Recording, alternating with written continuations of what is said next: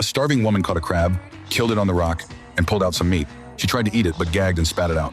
In fact, she had been stuck in the ocean for 2 days. Only open water stretched around her in every direction. Then she spotted a surfboard far away. She slowly swam toward the distant surfboard, but blood was leaking from her injured leg. As she neared the surfboard, she looked back. The predator was swimming straight toward her. Panicking, she swam back toward the nearest rock, and at the last second dragged herself onto a wet rock. On the shore, she spotted the thief and hoped he could help. She shouted, "Grab my phone from the bag on the beach and call the police." But the drunk man grabbed the bag and fled with it. Mia kept shouting for help, but he ignored her. A little later, the thief saw the surfboard and wanted to take it, and stumbled closer to the floating surfboard. Mia pointed at the water and yelled, "Stay out of that water, there's a shark." But he cared only about reaching the surfboard. The moment he stepped into the waves, the predator lunged at him from below and ripped off both of his lower legs. She realized no one was coming, and she had only herself. The next day, a pair of teenage surfers came to catch waves. Mia shouted a warning to them too, but their careless smiles made her stomach drop. Suddenly, the predator burst from the waves and attacked one boy. The other boy ran for the exposed rock, but white waves trapped him. Mia crawled to the rock's edge and stretched out her hand, but the predator dragged him under and killed him too. Her eyes went blank as she sat alone on the rock. Just then, a wounded seagull stumbled close to her. One wing hung uselessly at its side.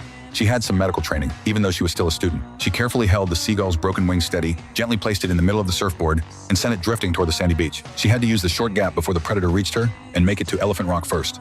Gathering her courage, she swam straight toward Elephant Rock and pulled herself onto Elephant Rock. When she checked the water behind her, the predator was just inches from the rock. Now the rising water was creeping closer to the rock, and the rising tide would soon swallow the whole rock. Just then, she saw the metal float as a safe spot and headed for the floating metal buoy.